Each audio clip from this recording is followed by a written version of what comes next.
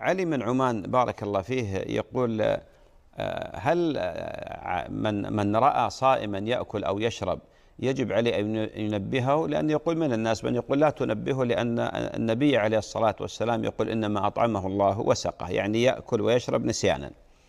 علي بارك الله فيك، أولا من أكل أو شرب ناسيا فصومه صحيح وعليه أن يتم صومه، وذلك لما صح عن النبي صلى الله عليه وآله وسلم أنه قال: من أكل أو شرب ناسيا فليتم صومه فإنما أطعمه الله وسقه، فإنما أطعمه الله وسقه. ولذلك من نسي لا شيء عليه، لأن النسيان عارض من عوارض الأهلية ومانع من ترتب الإثم أو بعض الأشياء التي مثل القضاء وغيرها، إلا في مسائل الأموال وفي مسائل الضمان.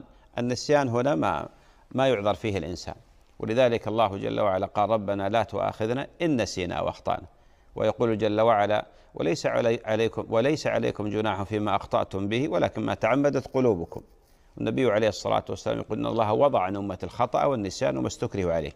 أمر الثاني: من رأى صائما يأكل أو يشرب نسيانا يجب عليه أن ينبهه، يجب عليه أن ينبهه، لأن هذا من باب الأمر بالمعروف والنهي عن المنكر. والله تعالى يقول: والمؤمنون والمؤمنات بعضهم أولياء بعض يأمرون بالمعروف وينهون عن المنكر.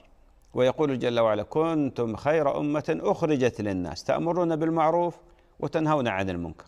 ولذلك وجب تنبيهه ولا يجوز له السكوت عنه. وأما الاحتجاج بقول النبي عليه الصلاة والسلام: فإنما أطعمه الله وسقاه، للحالة التي كان هو فيها، الحالة التي كان هو فيها، لكن أنت مكلف بأن تقول له: انتبه أنت صائم، لا تأكل، توقف أنت صائم، توقف عن الطعام، توقف عن الشراب.